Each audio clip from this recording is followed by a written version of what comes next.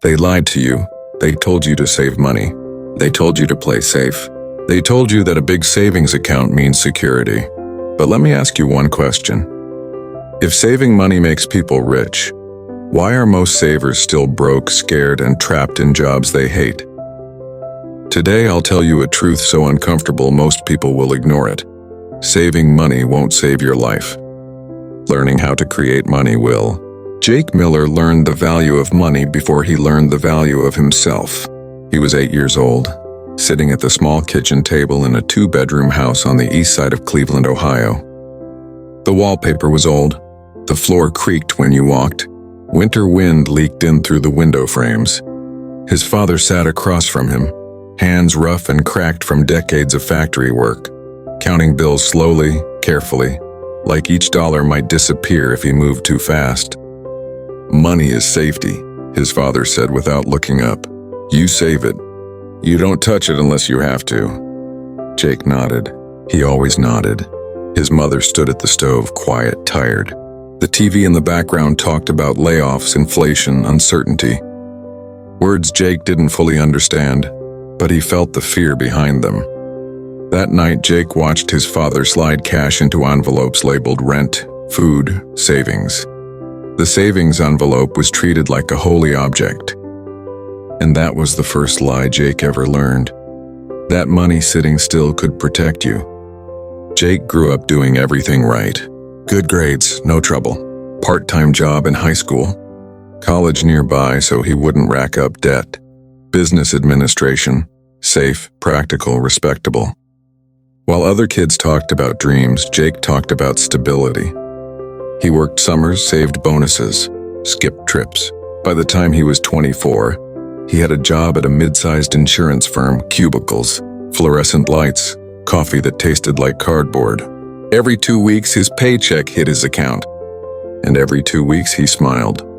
Not because he loved his life, because the number in his savings account was growing.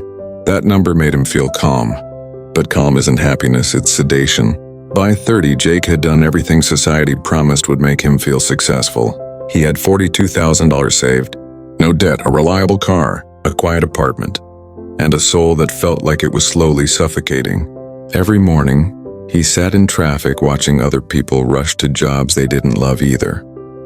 Every Sunday night, anxiety crept in like a shadow. He told himself, this is adulthood. But deep down, he knew the truth. He wasn't building a life. He was hiding from risk. Marcus showed up like a crack in the system. They met at a diner at 11:47 p.m. Marcus looked the same, but different. Calm, grounded, unafraid, no fancy clothes, no flashy watch. But something about him unsettled Jake when Jake asked, "Aren't you worried about money?" Marcus smiled. "I don't save money," he said. Jake laughed. "Then you're irresponsible." Marcus leaned forward. "No," he said quietly. "I'm dangerous." That word hit Jake like a punch. Marcus explained something Jake had never heard before. Saved money is weak.